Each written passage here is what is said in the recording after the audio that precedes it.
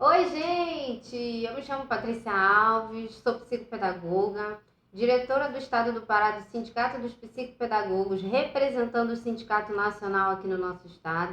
E a gente está aqui no podcast Tô Dentro. Tô dentro do podcast. Eu tô dentro, você tá dentro? Da inclusão, dentro do processo de neurodiversidade, você trazer e ter conhecimento sobre esses assuntos? Né, Rafa? Eu tô dentro. É muita honra poder iniciar esse projeto, né? Eu sou Rafaela, sou psicopedagoga, sou psicomotricista e esse podcast ele nasceu ali com o anseio da gente conversar sobre muitas questões, tanto do neurodesenvolvimento quanto da neurodiversidade. Então, eu tô dentro desse papo. E hoje nós estamos aqui com uma convidada mais que especial, a Ariane. Seja bem-vinda, Ariane. Obrigada. É uma honra estar participando com vocês nesse momento. Diga aí, Ariane, você é mãe de quantos? Conta um pouco a sua história. Então, né, eu tenho 2 bebês, o Miguel, de 6 anos, e a Maria Helena, de 2,5, né? Mas o Miguel é diagnosticado com TEA, com TDAH, e ele é diagnosticado já bem novinho, né? Eu vou falar um pouquinho da minha trajetória para vocês. Tive uma gravidez tranquila, né? Tudo ocorreu bem. E o Miguel nasceu, tudo direitinho, só que mãe de primeira viagem, a gente precisa ficar bem atenta, né? A todos os cuidados. Então, o Miguel chorava muito, era muito chorão, dormia de 15 em 15 minutos, acordava, né? E ele desenvolveu bem. 4 meses eu comecei a perceber uma dificuldade nele. A gente chamava ele não ouvia. Geralmente a gente chama a criança olha, a criança busca com o olhar, e o meu filho não olhava. E com 6 meses ele começou a sentar, tudo. Miguel ele não engatinhou, Miguel ele já saiu andando, né? E eu ficava me questionando, será que o meu filho tem algum problema auditivo? Porque eu chamo ele e não me olha. E aquilo ficou martelando.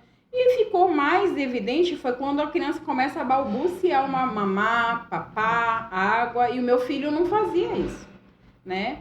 E para mim era muito angustiante, porque a gente, querendo ou não, o ser humano ele tem a comparação. Você compara um sobrinho, um filho de uma vizinha, e isso é normal, mas a gente precisa procurar também ver a nossa grama, se ela é verde mesmo, né? E eu procurei, né? Ficava estimulando ele em casa, mas via que todas as crianças corriam para a direita e o Miguel para a esquerda. O Miguel não sabia brincar de forma funcional. Meu filho olhava um carrinho e não chamava o interesse, e o carrinho brincava, vum, vum. Ele olhava as rodas do carrinho, a porta do carrinho, mas não olhava o funcional de qualquer criança, né? Eu falo assim, né, Ariane, pelos teus relatos, tá bem ali dentro dos critérios, né? Exatamente, mas ele alcançou alguns marcos de desenvolvimento. No entanto que hoje eu me recordo que eu questionei com a pediatra dele, porque a gente, mãe, a gente tem que perguntar tudo para o pediatra, porque é o primeiro contato, o primeiro médico que você leva teu filho, né? Então a médica dizia, não, ele vai andar, ele vai falar, tudo no tempo dele. Batendo na mesma tecla, tudo tem seu tempo, mas se atrasou o tempo é porque tem alguma coisa errada. Então, com 1 ano e meio, o Miguel também não falou, e todo mundo falava, coloca esse menino na escola, coloca ele na escola, porque ele é preguiçoso. Vai desenvolver, menino né? É preguiçoso. A gente tem essa visão de que mulher fala mais e o menino fala menos, né? Coloquei o Miguel com 2 anos na escola e o Miguel com todas as limitações. O Miguel não falava, ele queria alguma coisa, ele pegava na nossa mão e nos levava até onde ele queria. E coloquei por conta própria ele numa fono.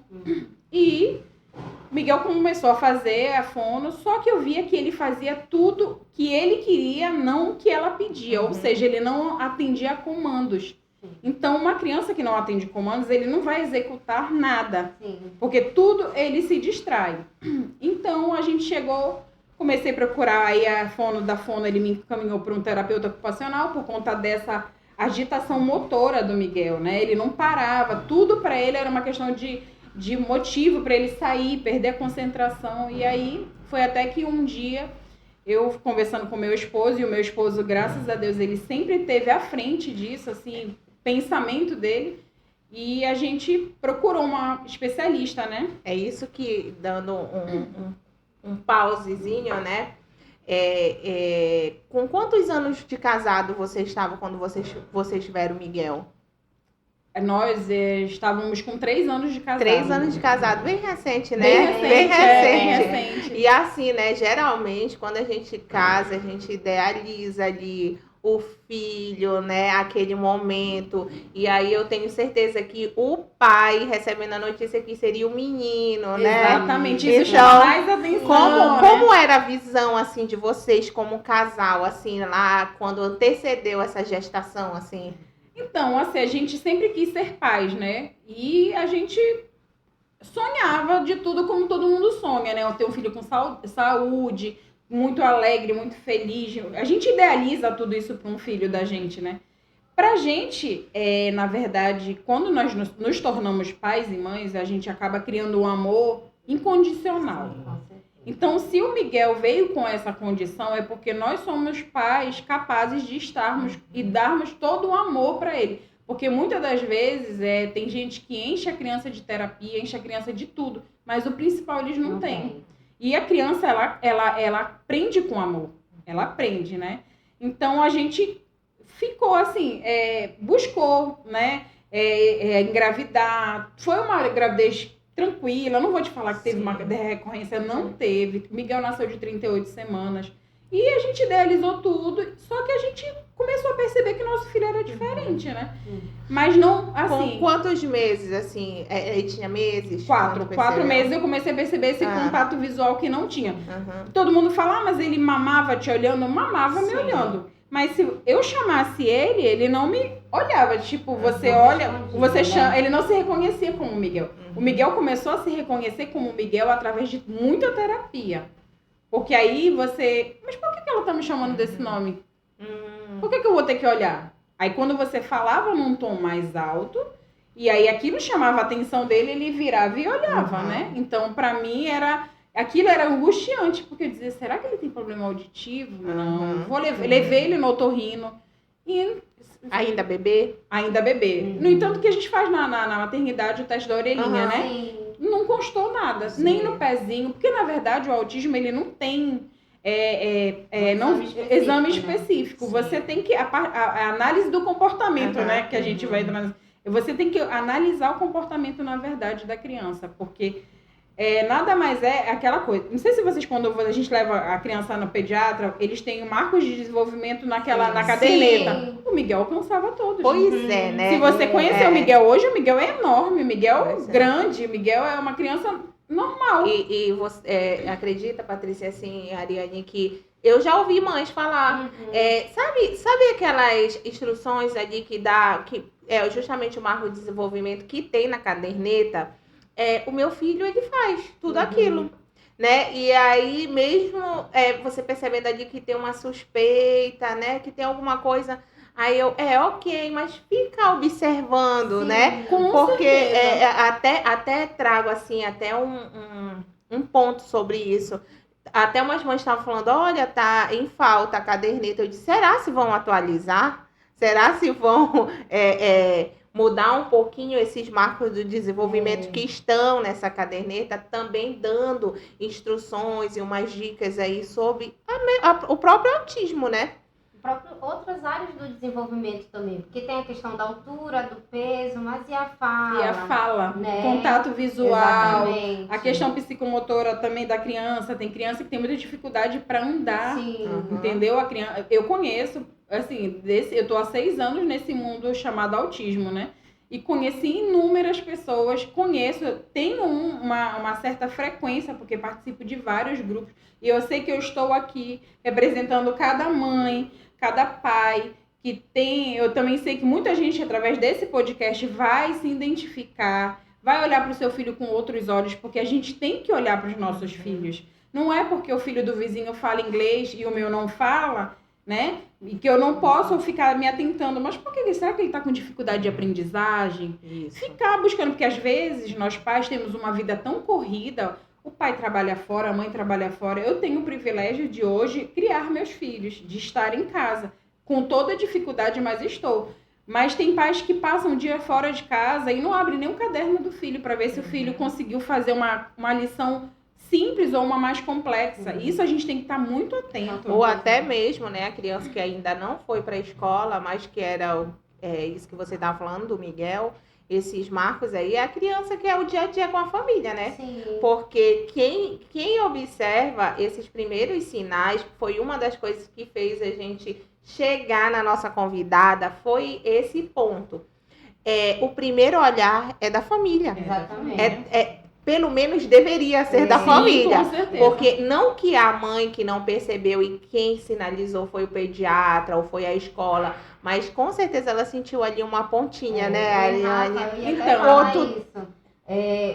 É muito diferente o posicionamento que a Ariane teve junto com o marido dela, porque eles perceberam e correram atrás, independente do que o médico falou. Iria falar. Né? E não fecharam os olhos para sinais que eles já vinham percebendo. Né? E olha que é primeiro filho, né? Exatamente. Sim. É isso que eu falo para qualquer mãe, porque assim, você acaba olhando o filho das pessoas, eu não falo. Se eu vejo algo diferente, eu não chego com a pessoa e falo diretamente. Mas se a pessoa pedir a minha opinião, claramente eu irei dar, porque eu gostaria de que alguém viesse comigo e falasse, olha, como sou uma mãe muito aberta a isso. Ariane, olha, o Miguel não está avançando nesse quesito, não é melhor você procurar esse especialista? Eu sou mãe que sou aberta, mas eu fico muito triste em ver mães que têm vergonha de acreditar nisso. Né? Porque você acaba atrasando um auxílio para o teu filho. Que o que você vai fazer hoje vai refletir amanhã. Sim. Eu crio o Miguel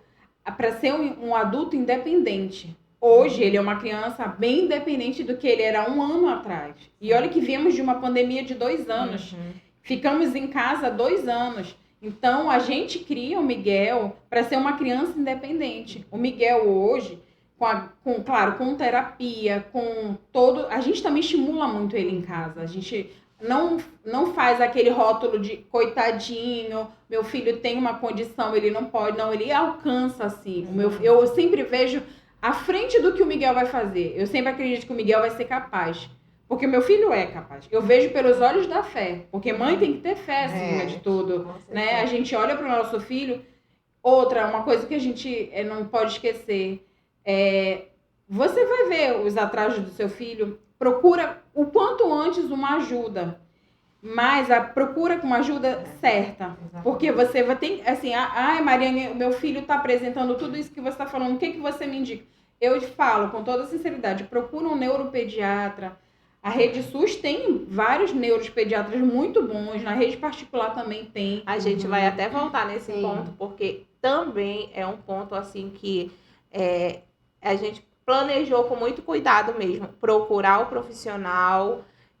especialista, né? Que entenda do que está falando, porque o autismo, apesar de ter registros do autismo antigo, já numa história um pouco mais, mas é algo muito novo. É novo para todo mundo, é novo para a sociedade, é algo muito novo para o universo escolar e para muitos profissionais também. Né? E eu sempre digo assim, que você consegue se especializar se você estudar. Tem que estudar muito, né? Até porque o autismo, ele não vem ali numa forma. Tanto que quando a Ariane começou a falar, o que eu disse? Nossa, muito dentro dos critérios diagnósticos, mas não é todo. Sim. Eles não são iguais, espectro, né? Isso, por isso... espectro. Né? E para eles tempo é ouro, né? Exatamente. Quanto antes. Então, assim, Ariane, você começou a perceber o que? Lá para os 4 meses, né? Aí já começou a ligar um alerta, né? Quando eu procurei a especialista, o que aconteceu? É uma coisa que eu quero fazer bem uma ênfase, porque acontece com qualquer mãe, tá, gente? E eu respeito, mas eu tive uma atitude diferente. Quando nós marcamos uma consulta, marcamos particular, porque na época nós queríamos logo, né, que o nosso filho fosse atendido, ela nos falou diretamente, olha, mãe, nós relatamos tudo, porque não tem um exame de imagem, um exame que você vai fazer que vai diagnosticar o teu filho, mas você vai relatar o que você vê de atraso no seu filho e ela, de acordo com o conhecimento, vai lhe dizer, olha... Seu filho tem todas as características de uma criança que tem TEA, né? Então, ela nos falou. E a gente já sabia, eu e meu esposo, na verdade. Ela avaliou o Miguel dentro de sala, né? Ela viu o comportamento do Miguel. E ela olhou pra gente e falou: pai, mãe, o que eu vou falar pra vocês é de suma importância. O filho de vocês está dentro de todas as características de... Ela não falou que o Miguel era autista, a gente falou que estava todo no quadro de TEA. E ela nos encaminhou para uma terapia chamada estimulação global. É o início, né? Que a criança vai lidar com outras crianças, com um terapeuta. Porque você também dá um choque de... Imagina a criança... É que nem quando a criança vai para a escola. Quando você deixa a criança que ela começa a chorar, porque ela não tem esse desligamento do pai e da mãe. Então, com o Miguel foi assim. Ele foi para a terapia. No início foi um pouco, assim, dificultoso por conta desse que ele não saía de perto da gente. A gente também não deixava o Miguel sozinho, porque ele tem autismo e o autismo dele é moderado, né? Ele tá no nível suporte 2. Mas o TDAH é o que sobressai o Miguel. Comorbidade, exatamente, né? O autismo é só um nome. Por trás vem uma série de comorbidades. Então, a gente viu isso. Então, quando ela falou para a Mariane, seu filho tem um quadro sugestivo de autismo, gente, eu fui da porta do consultório até o meu carro chorando. Mas chorava copiosamente, porque assim, eu tava me sentindo culpada. Por que eu não procurei um auxílio antes? E a Ariane, depois de um processo de avaliação... Não, então, ela nos encaminhou primeiro para fazer essa avaliação com multiprofissionais, né? E a questão que eu vou voltando, do luto, que tem pessoas que têm esse luto, né? Eu vou ficar, eu não acredito, eu não aceito. Então, engole isso, porque é em prol do teu filho. É o teu filho que precisa de ti nesse momento. Mas entendo que tem mães que têm dificuldade de lidar.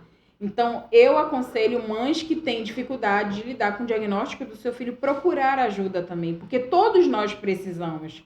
Eu lembro que eu fui em vários médicos, eles sempre perguntam para mim a mesma coisa: mãe, tá bom, você cuida do Miguel, mas quem cuida de vocês? Né?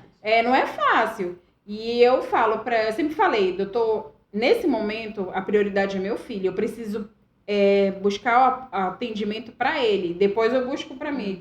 Mas os dois têm que andar junto, porque se você não tá bem, o seu filho não tá bem. Com certeza. Então, esse luto eu tive da porta do consultório até dentro do meu carro. Chorei o que tive de chorar, mas no outro dia já estava buscando atendimento para o meu filho. Então, isso é muito importante. Eu conheço mães que ficaram 7 anos, meninas, 7 anos de luto, achando que o filho ia mudar, que ia melhorar. Nós sempre achamos, né? Mas nós temos que buscar a ajuda correta.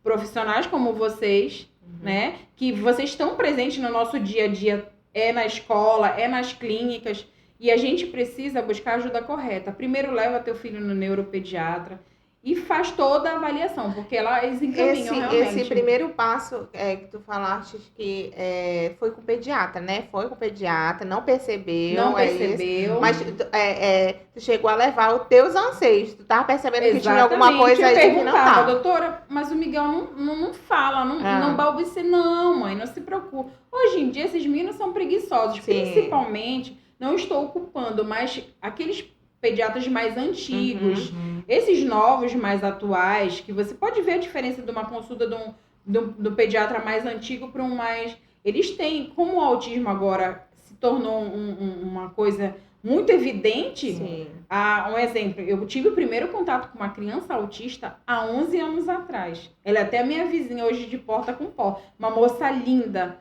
super desenvolvida, super independente. E a primeira vez que eu tive um contato com uma criança autista foi com uma criança há 11 anos atrás. Mas já conhecia, assim, esse contato? Não, é o autismo ou não? Tá vendo? Eu não via, é como se não tivesse nome, né? Exatamente. A gente não nomeasse, a gente sabia que tem uma dificuldade, uma condição, né, assim, mas não tinha o nome, né? Não se falava. Nós temos a mesma idade. Alguém falava em autismo na tua turma, na tua sala? Ontem eu contei para os meus pais sobre isso, sobre a inclusão. Na minha época, tinha 2 moças na minha sala, elas eram gêmeas, uma era cadeirante e a outra tinha dificuldade intelectual. E elas estudavam na minha turma. E nós acolhíamos ela, e eu lembro que mês de junho nós dançávamos com a cadeirante na sala. Porque pra gente era prazeroso, mas hoje muita gente olha com outros olhos.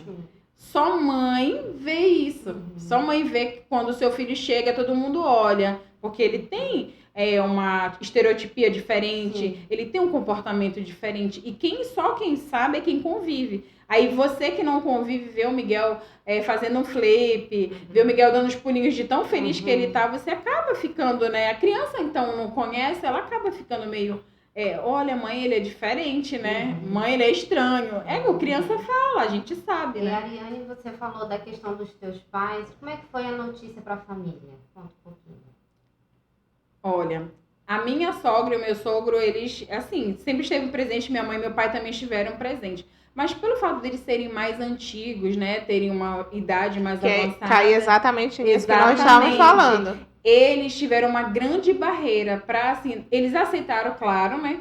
Mas eles não entendiam o que era o autismo. Aceitaram porque tava ali na Era mesa, neto, né? exatamente, A carta na neto. mesa. Mas, assim, minha mãe, meu pai, assim, meus sogros acolheram ele com muito amor, né? Muito amor mesmo. E minha mãe, eu lembro que uma vez ela falou assim, minha filha, calma, quando ele crescer isso vai passar. Porque assim, eu entendo a ingenuidade da minha mãe, né? Eu entendo que ela nunca estudou pra isso, Pra te nunca acalentar, viu, né? exatamente. E Ariane, eu vou te falar assim, o óbvio, ele precisa ser dito. O que pode ser muito comum, porque tá no dia a dia da Ariane, tá no nosso dia a dia como um profissional, mas muita gente não tem, gente, essa vivência. Então é difícil identificar, até mesmo usar as palavras corretas, né? Como não se preocupe, ele vai crescer, vai passar. Não, eu vou fazer de tudo e isso ele vai deixar de ser, né? Mas eu acredito sim que é porque é muito novo, ainda esse é o intuito do nosso podcast também, é trazer esses relatos, essas histórias para que as pessoas elas possam aprender um pouquinho com a gente, um pouquinho com o outro, né? Então, assim, e ter um olhar diferente na sociedade. Então, eu entendo mesmo quando a família, não, calma, vai passar, não, mas ele vai crescer, isso vai mudar. Aqui estão os dois extremos. Aqui é quem convive com o autista e quem estuda as técnicas para trabalhar com o autista. Imagina que eu não sabia nada sobre o autismo, né? É um mundo desconhecido para mim. E me colocaram uma criança onde eu tenho que cuidar, onde meu filho, graças a Deus, ele não apresenta crises sensoriais, né? Ele não tem dificuldade auditiva, ele não é seletivo alimentar, não tem. Isso, Miguel, graças a Deus. Mas eu conheço crianças severas, que é muito... Agora, imagina, eu lembro que quando eu era pequena, minha mãe dizia, essa menina não come, essa menina não sei o que, era seletiva, ela não comia qualquer coisa. Mas hoje eu entendo. Criança, de fato, é assim. Qualquer criança. Até as provavelmente típicas, né, que eu digo, né? São assim. Mas a gente procura saber também, porque a gente vê dificuldade, às vezes, menina autista. Hoje eu conheci uma mãe que ela me falou, a minha filha, eu não acho que ela seja autista, mas a médica disse que ela era.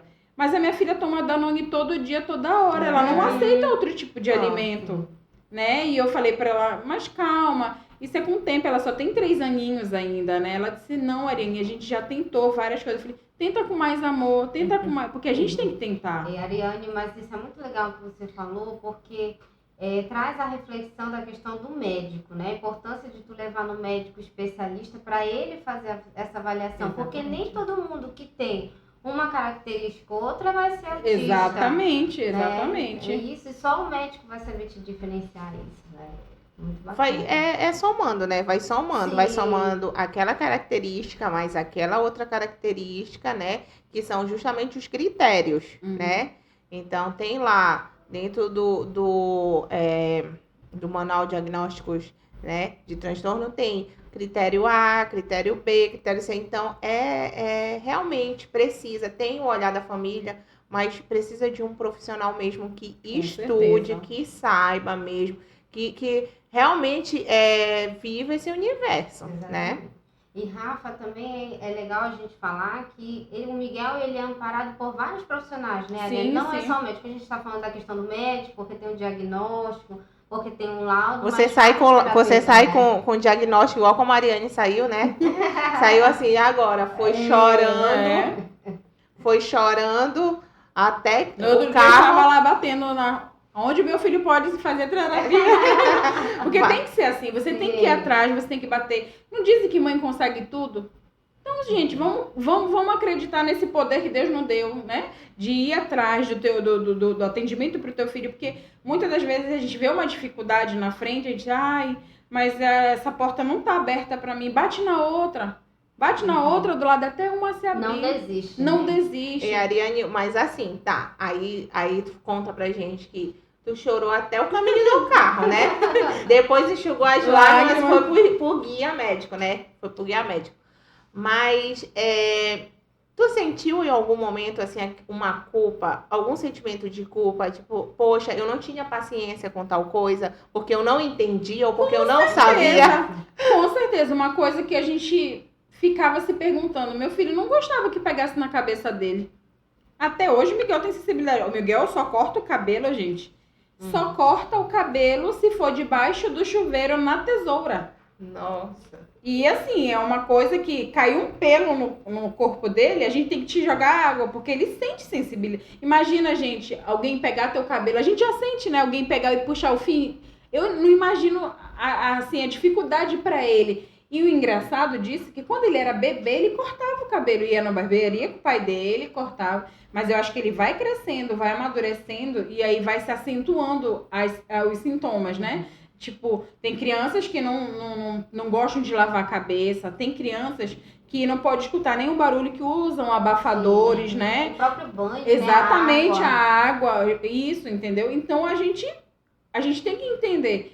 E voltando à pergunta, desculpa, eu esqueci rapidinho. É tanto assunto. A gente estava falando da questão depois, né? Depois do choro. Então, aí o que aconteceu? Eu, na época, a médica que nos deu esse direcionamento nos encaminhou para uma clínica que tem aqui em Belém, né? E ela é particular. E a gente foi dar uma entrada. Hoje essa clínica tem fila de espera. Incrível, meninas. Um exemplo, o Miguel tem 6 anos, o Miguel começou lá, ele ia fazer 3 anos. Não tinha fila de espera. Agora tem gente esperando 2 anos, 1 ano na fila de espera.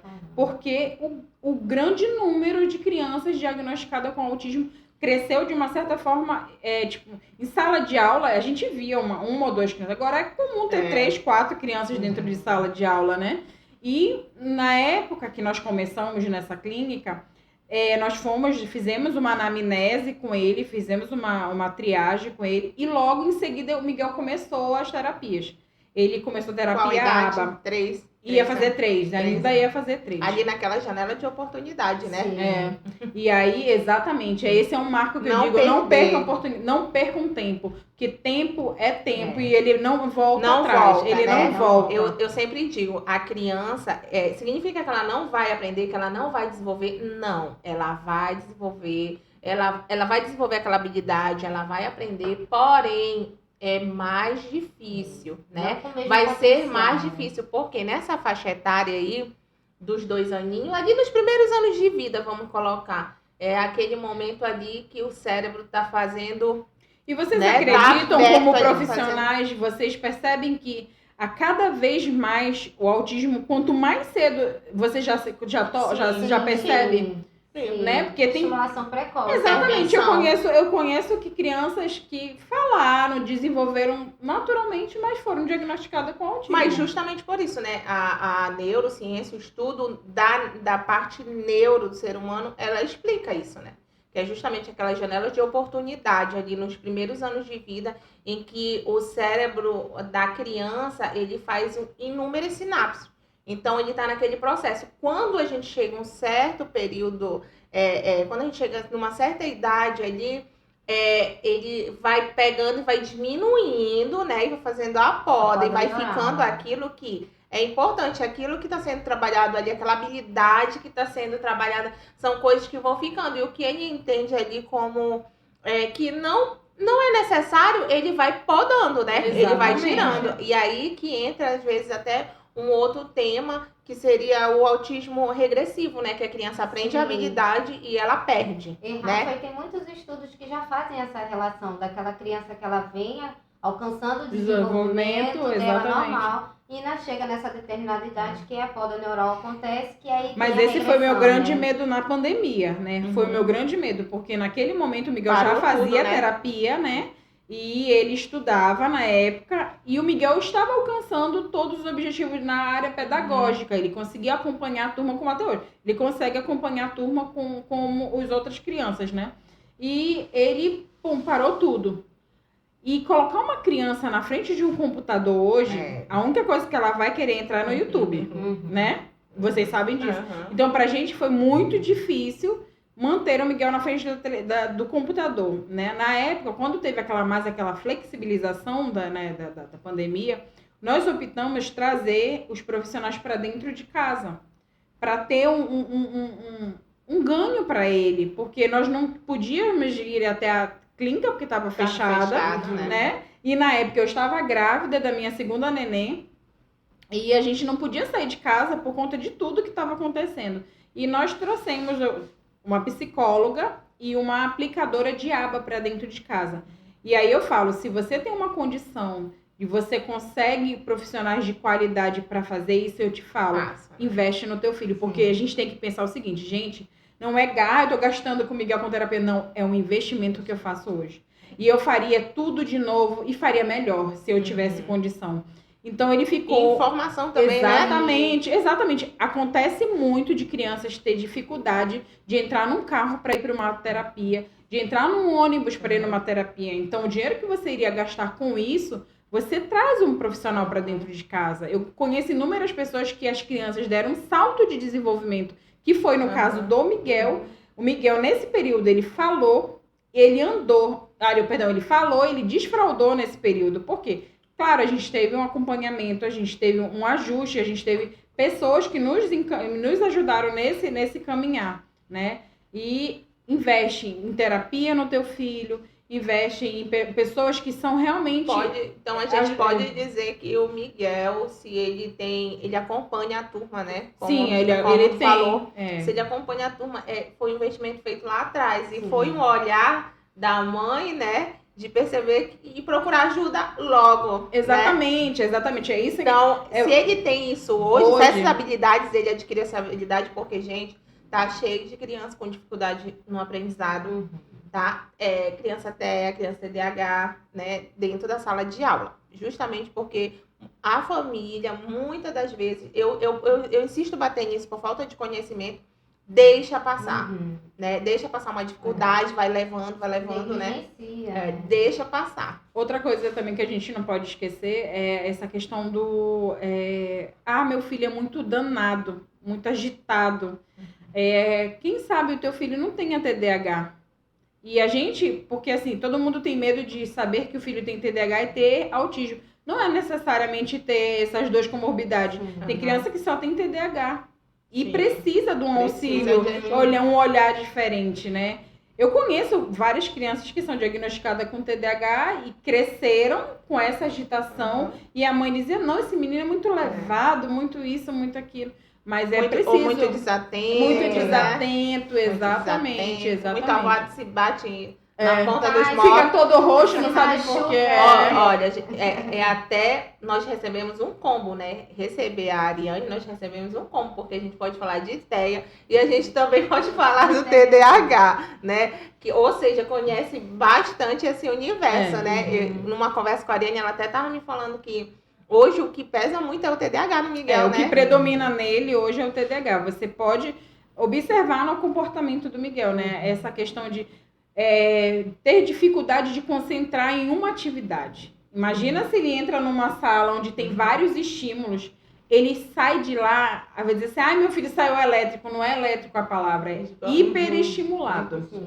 O olhar dele busca tudo ao mesmo tempo. E a gente pergunta, será que ele aprende? Gente, ele aprende.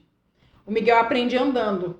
Por incrível que pareça, na outra escola dele, era uma escola bem pequena, por sinal, e lá eu ficava me questionando, porque o Miguel, hoje ele toma medicação, mas até um ano passado ele tomava somente uma para regular o sono, e regular a irritabilidade. Então, aí a gente falava, meu Deus, e aí a parte da consideração, olhar para o quadro e ter que aprender... E o menino aprendia. Porque assim, né, a Patrícia tá aqui como psicopedagoga, a gente sabe que a base do aprendizado é a atenção. Atenção, Né? exatamente. Se você não tem atenção, você não aprende, você tem dificuldade nesse processo, né? Sim, sempre contar que a questão do TDAH, como tu falou, ele consegue aprender, mas ele tem outros prejuízos, Exatamente. como O sono, exatamente. O Miguel não tem. Hoje, 3 anos atrás, o Miguel não dormia. Meninas, eu vou falar pra vocês. Ele não dormia. Ele até dormia, um exemplo. Todo mundo fala, até quando a gente fala assim, tu tem que sair pra brincar com ele, pra tu cansar ele, pra ele poder dormir. Não, o Miguel ficava mais estimulado. Sim. Ou seja, ele não dormia. E eu falava, meu Deus, eu tô aqui exausta e o Miguel não dorme. E aí foi quando eu comecei a ir no médico correto com ele. Ele começou a tomar a melatonina, que é o hormônio do sono. E ela só induz, porque até nisso, não tem aquelas crianças que falam, ele tá brigando com o sono. Não é, que o corpo dele quer descansar, mas a mente dele não deixa. Não para, né? Imagina você pensar um pensamento acelerado 1000 vezes. Eu digo que a gente acorda na rotação 0 e vai aumentando. O Miguel acorda na rotação 12 e vai aumentando. Então, pra gente é difícil, porque a gente acompanhar o nosso filho, né? Eu sou muito, eu falo muito, vocês estão percebendo, né? Ainda bem que tá agitada. Eu sou agitada. Agora, imagina meu esposo, que o meu esposo é mais retraído, ele é mais na dele. E o meu esposo, assim, ele tem muita paciência. Porque, assim, a gente tem que lidar com a casa, com os filhos, com a rotina. Exatamente. Então, a gente acaba se sentindo sobrecarregada. E o meu esposo trabalha fora. Mas mesmo quando o meu esposo vem do trabalho, ele brinca com o Miguel, ele tem esse contato. E outra, brincadeira de pai é diferente de brincadeira de mãe, gente. Essa brincadeira de contato, de vamos fazer macaquinho, subir com a criança. Então, isso para eles é maravilhoso. E a gente não tem esse estímulo todo, essa energia toda, né? Ariane, deixa eu te perguntar, que a gente está falando um pouquinho sobre a questão da aprendizagem. Como foi na escola? Então, no início, o Miguel tinha dificuldade na pegada do lápis. Uma vez eu conversando com uma terapeuta ocupacional, ela me perguntou, o Miguel engatinhou? Eu falei, não. Ele, com 10 meses, ele levantou e saiu andando. E até nos assustou, porque com 10 meses, né? Então, esse movimento do engatinhar, ele fortalece, né? Toda a musculatura. E se você ver o Miguel hoje e a minha filha que engatinhou por longo período, a Maria Helena tem a pegada correta do lápis. Então, foi milhares de adaptadores, foi uma liga para amarrar o dedinho dele, para ele poder segurar no lápis. Mas ainda assim, ele ainda sente dificuldade. Mas aí entra a terapia, o estímulo de casa e você não desistir. Porque você acaba acreditando, será que ele vai conseguir? Hoje o Miguel pega o lápis do jeitinho dele, ele consegue escrever o nome dele, escrever o que você está falando. E na escola foi assim, um passo de cada vez. E o ato motor, antes do ato motor acontecer, ele aconteceu no cérebro. Exatamente. Então, quando a criança ela pula alguma etapa, exatamente. A gente tem essas dificuldades motora mesmo. Não é só pegar no lápis e treinando, porque ele já aconteceu, ele acontece no cérebro. Então, é esse ato. Por isso que é importante, tanto para as crianças típicas e para as típicas, a gente acompanhar esse processo do desenvolvimento. A criança engatinhar, a criança rolar, a criança engatinhar, exatamente. A criança levantar e ali apalpando as coisas para caminhar. Então, é muito importante, né? E fala muito dentro do autismo, né? Dentro do autismo, muitos estudos mostram a dificuldade que a criança até tem com a parte da motricidade, né, do motor.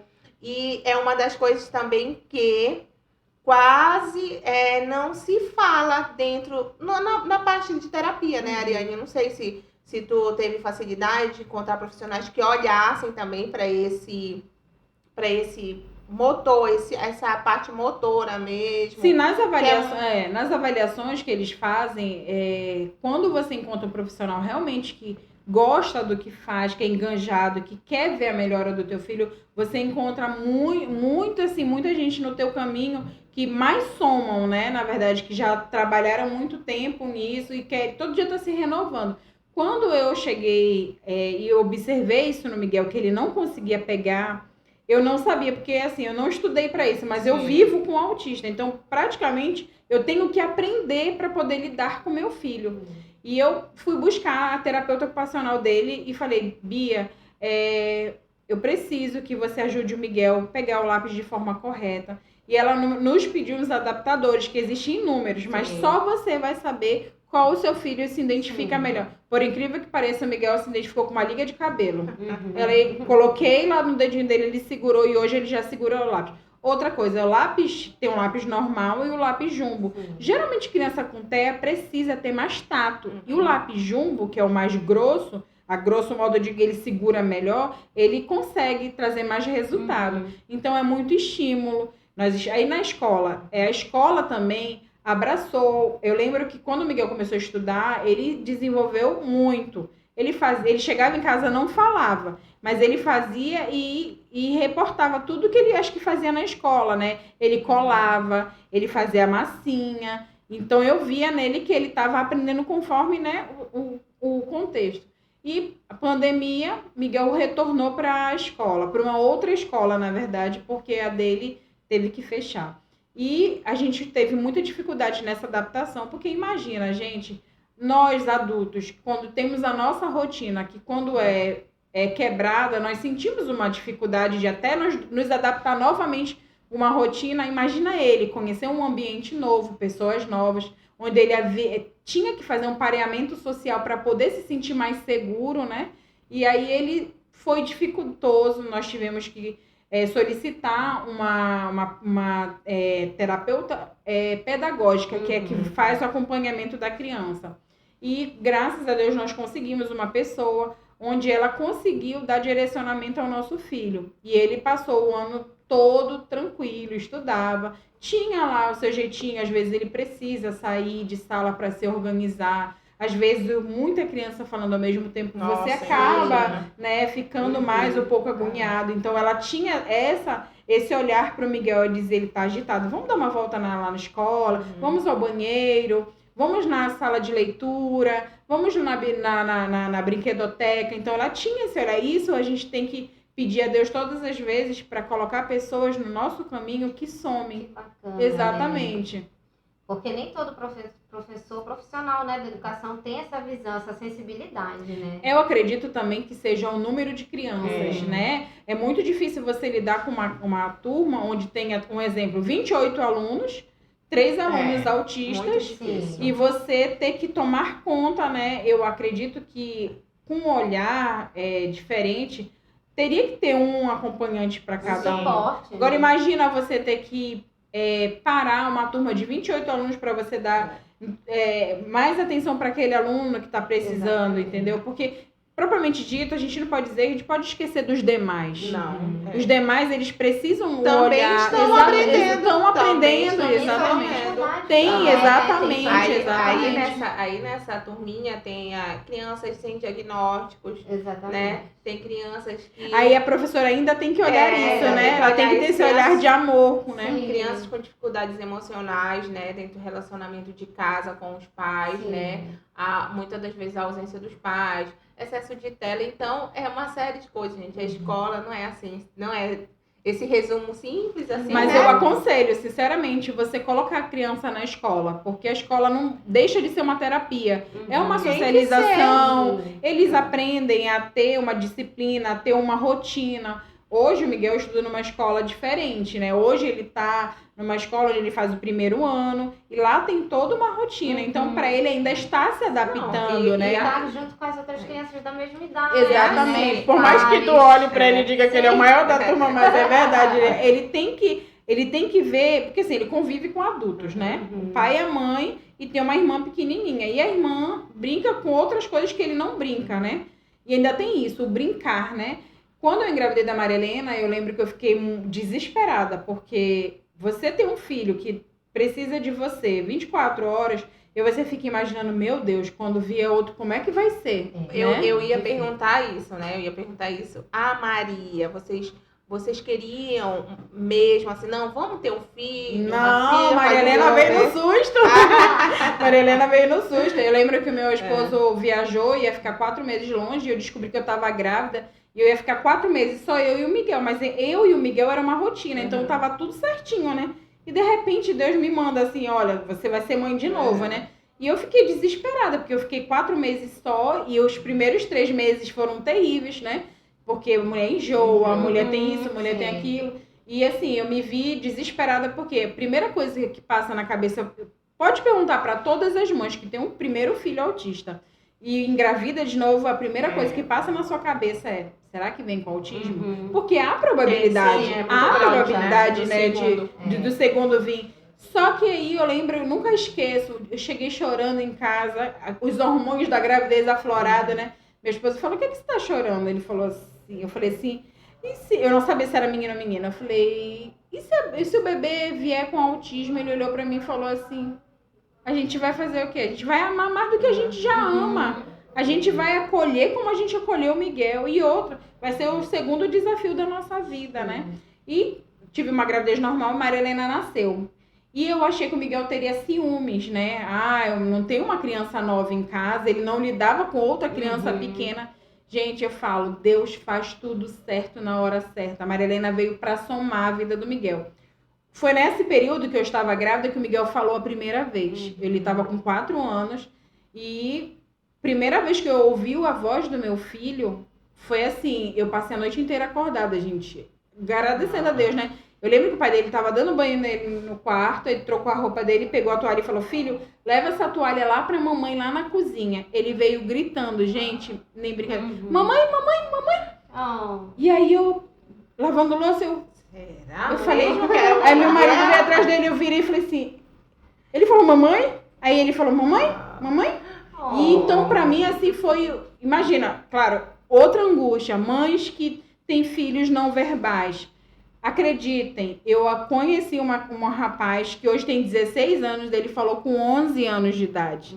E estímulo, muito estímulo, falar, fazer com que a criança, o que você quer, mostrar, você quer água, peça água, porque às vezes mãe é tão corrido que você dá logo, menino, quer água, toma. Hora da água. Exatamente. Não, faz ele falar, olha para os olhos dele, filho, você quer água? Fale água, filho, água. Em casa era assim. Tudo isso. Exatamente. Comportamento, né? Mas a gente aprende com a vivência, né? Porque eles não vêm com manual de instrução, nenhum deles, nem propriamente dito normal, não vem. Então, Miguel foi isso. Ele falou mamãe, então para mim já foi para ele poder se, né, falar mamãe, então ele já, desde esse dia ele começou a falar mamãe, papai, água, comer, e começou a falar. Hoje o Miguel aí, daquele dia em diante, ele falou. Começou a falar. E aí, com a Maria Helena em casa, ele começou a falar mais. Por quê? Eu falava: filho, ajuda a mamãe aqui, pega a fralda da neném, tá ali. Ele ia falar fralda. Então era algo novo para ele. E ele nunca chamou ela de bebê, ele sempre chamou Maria Helena. Até hoje, Maria Helena pra cá, não chama de irmã, é Maria Helena. Então, pra gente, ela conversa com ele hoje, ela estimula ele. Sim. Porque ela é igual eu, ela fala muito. Então, ela acaba, e outra, ela faz o Miguel sentar pra brincar com ela. Gente, vocês já sabem a maravilha que é ver um filho sentar e brincar. O Miguel, se eu der um presente pra ele, um exemplo, reuniões de família, Natal, todo mundo embrulhava o presente e tal. E vamos, esse aqui é do Miguel. Você entregava pro Miguel, ele olhava e virava e ia embora. Ele não tinha aquela reação que a Maria Helena ganha uma boneca e fala: meu Deus, que lindo. Então, pra mãe, por exemplo, minha mãe, minha sogra olhavam isso e diziam: ele não gostou, não brigou. Gente, é que ele não esboça a reação, né? Então, até nisso, a terapia trabalha. Hoje o Miguel ganha um presente, ele olha pra gente e agradece com os olhos. A gente tenta manter esse contato, né, visual com ele. Mas é de suma importância. Pois da escola, a questão de que tu falasse assim, não, leve seu filho para ir para a escola. Porque nós somos seres humanos, nós somos sociáveis. Então, não tem como eu viver sozinho na minha bolha. Então, por isso que a escola, ela é importante, o meio social, levar o seu filho para o parquinho, levar o seu filho à escola, ele ter esse contato. não é válido isolar. Não, Montar não. em uma turminha só, Sim. vamos dizer, de crianças neurotípicas. Ah, vão bater no meu filho, É. vão fazer. Gente, Não é o caminho. não é isso. Porque... Não. Criança é criança. Criança brincando, se bate uma na outra, criança é criança. Olha, eu quando eu entrei nesse mundo da escola, eu ficava com muito medo, porque ele não ia me dizer, mãe, alguém me bateu, mãe. O Miguel hoje a gente estimula muito ele falar como foi o dia dele na escola. Maria Helena já entra no carro e já fala, mãe, eu brinquei com a fulana, que a professora fez isso. Ela já me conta tudo. Né? Ele não, ele tem certa dificuldade. Então, pra mim, porque o medo que passa na cabeça de vocês, passa na minha cabeça, também passou. Eu achar que iam bater no meu filho, iam brigar, alguém ia morder. Né? Não, gente, isso não acontece. Criança é criança. Criança não parque. Olha, outra, estimula teu filho a sempre brincar com outras crianças. Deixa ele no parquinho brincando. Ah, mas as crianças não brincam com ele. O meu Miguel tem uma sorte. Toda vez que a gente leva ele em algum parquinho, sendo no shopping ou aqui no Complexo do 8, alguma coisa assim, ele sempre conhece alguém que gosta de brincar com ele. E ele se junta com a criança, mesmo que ele não fale nada para a criança, mas ele brinca com a criança. E ele titula aquela criança, né? E vejo, em geral, a gente sofre preconceito? Sofre. Tem muita gente que olha com nossos filhos com outros olhos. Isso dói muito, né? Mas você não pode privar seu filho dentro de uma bolha, porque isso ele precisa desenvolver. Hoje você está aqui, amanhã você não está. Essas entendeu? habilidades, né? Exatamente. Que é a habilidade social, justamente. E a terapia ajuda isso. Justamente que eles têm dificuldade. Eu tenho meu espaço psicopedagógico, eu trabalho uma terapia um por um, né? Eu e a criança. Mas eu promovo em certos momentos assim do ano, justamente eu chamo de colônia, né? Mas eu pego um grupo de 4 crianças que é justamente para isso, porque eu preciso trabalhar a habilidade social, né? Então é muito interessante a terapia, com aquele profissional que a criança sai, vai lá com fono, vai lá com mas é muito importante a criança sim. Frequentar lugares abertos, como um parquinho, interagir, sempre. Porque ele precisa adquirir essa habilidade. Ele não sabe, ele não nasceu assim, prontinho. E a mãe, né? Tem que estar ali do lado para dar direcionamento, não privar, né? Porque a mãe tá ali para direcionar, filho, vamos brincar assim, olha, o coleguinha tá brincando com vocês. Eles precisam desse suporte, né? Precisam. Nós somos seres que vivemos em grupo, né? Exatamente. Mas assim, Ariane, dá uma dica assim pra gente nesse sentido. Você vai dando direcionamento e deixa ele desenvolver. Você tem que ficar observando, porque eles acabam criando maturidade. Na verdade, a terapia ela ajuda muito, mas a criança vai crescendo, ela vai criando uma maturidade. Eu acredito muito nisso, né? E o Miguel, quando a gente levava ele pra brincar, ele brincava. Ele nunca foi de brincar sozinho, tipo assim, se excluir. Ele sempre estava no meio, podia estar brincando sozinho, mas estava no meio todo mundo brincando, né? Então eu digo, não prive seus filhos. A gente tem que estar, mãe, pai, dando direcionamento. Filho, vamos brincar de bola, vamos lá brincar com os meninos de bola. Principalmente, olha, a gente mora num condomínio hoje que tem uma quadra, né, de futebol. E meu filho sempre olha para as crianças e quer brincar, né? E um dia eu fiquei observando, será que eles vão brincar com meu filho? Será que eles não vão brincar? Vou contar duas situações. A primeira situação, o Miguel falou, mãe, eu quero brincar de bola. Então, se ele falou, eu quero brincar de bola, então vamos brincar de bola. Meu esposo pegou ele. Não perde a oportunidade. Foi brincar de bola com os meninos. O que aconteceu? Todo mundo saiu da quadra. Porque ele não sabe brincar. Ele não sabe chutar a bola pro gol. Ele acha que pegar a bola e sair correndo é jogar, né? E aí a gente ficou extremamente entristecido, nos achando o pior pais do mundo. Eu falei, não, mas tem uma lógica. Eu vou observar. Sempre no jogo de futebol tem um mandão. Sempre aquele que fala, tu tá jogando mal, tu tá jogando bem. Aí fulano, chama ele pra cá. Ei, meu filho quer brincar de bola. Tu deixa ele brincar 5 minutinhos, daqui a pouquinho ele já vai sair. E aí o mandão vai ficar. Ele vai tomar conta da situação. Porque geralmente o mandão é assim. Ele vai tomar conta da situação. Aí o Miguel queria brincar de bola, eu fui. E eu, mãe, né? Vem cá, coleguinha, vem cá. Meu filho quer brincar de bola, mas ele não sabe. Deixa ele brincar 5 minutinhos com vocês aí. Foi o tempo que eu falei. 5 minutinhos, o Miguel já tava brincando. Ele brincou o momento dele, chutou a bola, correu a bola, chutou pro gol, voltou. Mãe, acabei, vamos embora pra casa. Pronto. E a Ariane, mas eu percebo assim, eu sempre procuro olhar os dois lados, né? Será que essas crianças, quando vamos dizer assim, o Miguel chega, né? Querendo brincar, mas ele tem essa dificuldade de iniciar ali, de iniciar aquela interação social, porque ele não sabe como fazer, Não sabe que é como justamente fazer. isso que a gente vai Exatamente. ensinando nas terapias, né? Mas aquela criança que tá ali do outro lado, ela também Não sabe exatamente o que eu ele posso quer, né? tocar nele, Exatamente. eu posso falar com ele, se eu falar com ele, ele pode chorar, ou eu posso chutar a bola. Então, eu percebo assim, que é muito também da gente mostrar, ensinar, ter voz Dar nessa sociedade, direcionamento, né?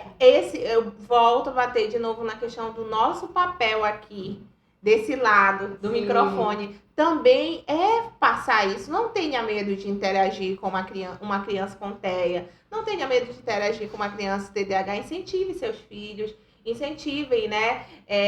Realmente, tem criança que tem particularidades, como o Miguel, que tinha sensibilidade, né? E gente, eu tenho uma mania de pegar na cabeça de criança. Eu tenho uma mania, então... Inclusive, né? eu acho que eu fui tocar na cabeça do Miguel um dia na escola. Eu disse, oi, Miguel. Ele fez assim, ele virou. Olha, gente. Aí eu pensei, não posso. Então, qual é a dica que tu daria, assim, pra gente, mesmo como pai, né, ajudar nossos filhos a ter essa troca com eles? Porque muitas das vezes, a gente que tá aqui do outro lado, que não tem um filho atípico, às vezes não sabe como agir, né? Exatamente, eu me coloco no lugar de vocês. Na sala da Marilena tem criança com TEA. E a Maria Helena fala, mãe, ela não quer brincar comigo. Então a gente já acaba conversando com ela, estimulando ela a brincar, né? A ela brincar com a criança. Por quê? Porque nem ela sabe como brincar, porque a criança se retrai. No caso, a Ariane, digo assim, quando eu vejo uma criança com TEA, hoje eu tenho uma visão que eu consigo verificar que a criança tem alguma comorbidade, assim, pelo andar, pelo jeitinho. Eu, particularmente, digo assim, sempre ensina teu filho a que todo mundo tem uma diferença, todo mundo é diferente. Todo mundo tem um jeitinho de lidar. Um exemplo, na escola, o Miguel, ele brinca com outras crianças, mas tem titulado as crianças que ele fala em casa. É mesmo, O nome das crianças que ele brincam. Porque essas crianças, mesmo vendo ele com toda dificuldade, gostam de brincar com ele. E tem assim, cada autista é um autista. O Miguel, ele não tem sensibilidade a abraço. Ele passa o dia inteiro falando, mãe, me dá um abraço, mãe, me dá um beijo. E é para quem ele ama, os pais, pros avós. Claro que se ele estivesse aqui, se você pedisse um abraço, ele te daria um abraço. Ele tem essa flexibilidade. Mas entendo que tem crianças que não gostam do toque, né? Então, ensina teu filho a entender que a criança, às vezes, não gosta de toque, mas gosta de brincar, de ser convidado a brincar. Eu acredito que gosta, sim. De ser convidado a criança. brincar, né? De convidar, olha, não exclui teu amiguinho, porque naquele momento ele quer ficar um pouquinho sozinho, mas quando tiver uma oportunidade, vai lá, conversa com ele, brinca com ele, leva um carrinho para ver se ele gosta, leva um bichinho para ver se ele gosta. Essa iniciativa, Exatamente, né? porque às vezes a criança está esperando isso, mas ela não sabe como ir. Eu acredito que a palavra excluir está muito mais no adulto do que na criança mesmo, porque ela nem sabe, ela nem tem esse sentido, né? Mas você sabe, né, que o filho é o reflexo do pai, né? Então, muitas das vezes... Pois é, tá muito mais no adulto, vem muito Exatamente, mais lá, às vezes né? é o pai e a mãe que não querem que você deixe seu filho brincar com a criança que tem uma comorbidade. Porque tem muita criança com síndrome de Down que é um amor, gente. Que tem, assim, um carinho. É diferente do autista que não demonstra tanto carinho, né? Tem alguns que demonstram até demais, né? Mas outros não. Então, sempre ter... Ou que são sinceros, São né? sinceros, Caso não curtam... a conversa é mais assim, séria. Não me abraça, não me abraça, não toque em mim, você é chato. Eu tenho filtro. Criança não tem filtro, né? Criança não a minha tem filha filtro. diz logo, mãe, é muito chata, a pessoa é muito chata. Fala assim, né? Ou então obriga a criança a uma benção do é. parente, mas não gosta, não sei nem quem é, né? Não E convive. não rotular também, né? Porque cada ser é único, cada autista é único, cada pessoa é única. Exatamente. Né? E tirar esses rótulos também. Ah, ele não gosta, eu não vou procurar. Ele não gosta de abraçar, eu não vou. Ele não gosta, não quer, não fala, eu não vou conversar. Né? Que tem isso também. Não é porque ele não é verbal que eu não vou me direcionar a ele, que eu não vou conversar com ele. Sempre que não você existe. falar se direcionar aos pais, fale com a criança Fale também. com a criança. A criança, ela existe, ela tá ali, né, Ariane? Tem muitos que falam, oi, Miguel, ele tem dificuldade de dizer oi, tia, Responder. mas a mãe e o pai tem que estar ali. Filho, olha, a tia Rafa falou com você, fale oi pra ela. Oi, tia Rafa. Ele fala, tudo bem? Olha, o Miguel ama passar áudio. E aí ele fala, o que eu falo, mãe? Depois Aí ele fala, o que eu falo? Ontem foi aniversário da TO dele, eu falei, filho, dê parabéns pra tia Bia. Aí ele, parabéns, tia Bia, eu amo você, beijo. E foi dele, não foi ninguém que pediu pra ele falar, E no entendeu? próprio consultório, né? Você faz bom dia, boa Não, tarde, você tchau, cria esse tchau, vínculo, Cria. E- E a Ariane tem uma curiosidade, Rafa, pra perguntar pra ela. Por que a blusa da Mulher Maravilha? Assim, assim, quando a gente descobre que a gente vai ser mãe, a gente já ama aquele ser humano incondicionalmente, né? Mas eu me tornei mãe no dia de uma cirurgia que o Miguel teve que fazer muito bebê, onde quando passou o efeito da anestesia, eu passei no corredor do hospital com ele, 8 horas andando com ele no colo. Imagina que ele tinha 10 meses, ele pesava 12 quilos. E eu fiquei com ele, então, naquele momento, eu digo que eu renasci. No dia do nascimento dele, eu me tornei uma outra mulher, né? Eu não tornei mais a Ariane, eu tornei a mãe. Mas naquele dia eu renasci porque eu vi que eu não tinha mais forças físicas. E eu dizia para Deus, Senhor, tu me destes o Miguel, tu vai ter que me ajudar a criar, porque ele é o nosso amor, né?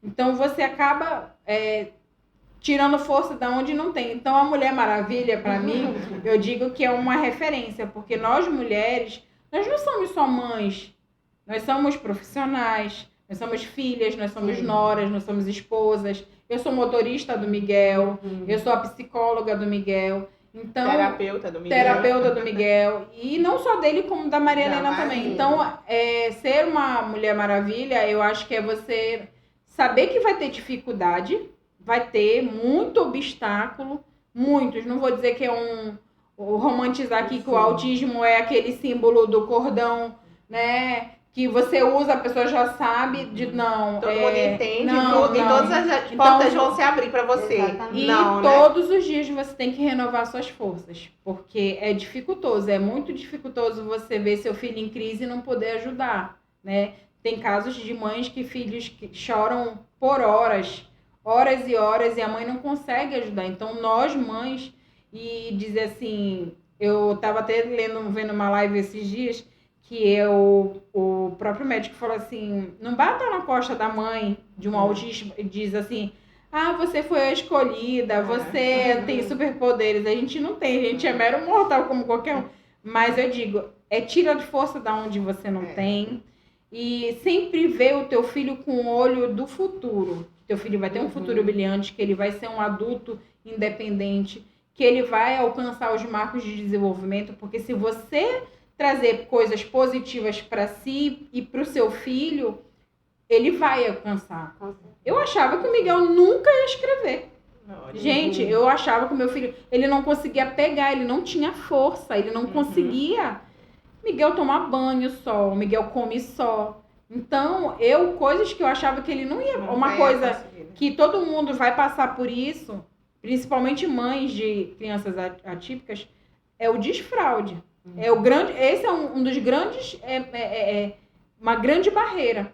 Porque imagina, a criança normal, ela sabe que fazer xixi e a necessidade, né, na fralda é comum.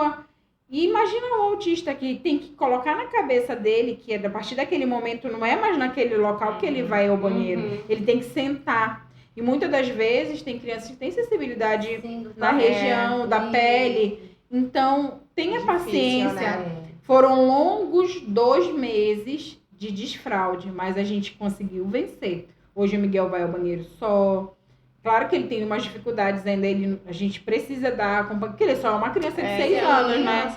A gente precisa Acima ficar... de tudo. É uma criança, exatamente. Nossa, Mas mas hoje ele come só. Olha o adulto, Miguel. Não, ele tem 6 anos. Ele tem 6 tá? anos, Ele tem 6 anos. Não, porque tem muita gente que fala, meu filho nunca vai fazer isso. Então você já tá titulando que ele nunca vai fazer. Não, ele vai sim. Miguel vai andar de bicicleta. Compramos uma bicicleta para ele andou uma vez. Acredito eu que ele tenha dificuldade no pedalar. Ele não tem força na marcha, perna, né? na marcha dele. Mas o meu filho vai andar de bicicleta. Ele vai me acompanhar a andar de bicicleta. Olha, vamos fazer Vai sim. umas estimulações psicomotoras. Exatamente, exatamente. É aí que entra o profissional de É, psicomotricidade. Psicomotricidade, profissional de educação física, que eu falo, você que é profissional de educação física, vá se especializar, porque tem muitas pesquisas saindo aí falando sobre essa questão motora. E essa da parte é muito criança, carente, né, de muito profissional. carente. Às vezes eu fico, olha, eu tenho a psicopedagogia e tenho a psicomotricidade. Às vezes eu fico, meu Deus, a psicomotricidade pra mim é assim, a ponto do futuro, porque justamente por isso, é a pega do lápis, desde a pega do lápis até o pedalar da bicicleta. E Né? é muito importante leitura. a tua avaliação também, né? Você saber o porquê que ele não tem essa dificuldade e tem todo um histórico por trás disso, né? E geralmente a criança com TEA, ela tem rigidez, né? Ela tem rigidez no tônus muscular, então ele é hipotônico, então é uma série de situações.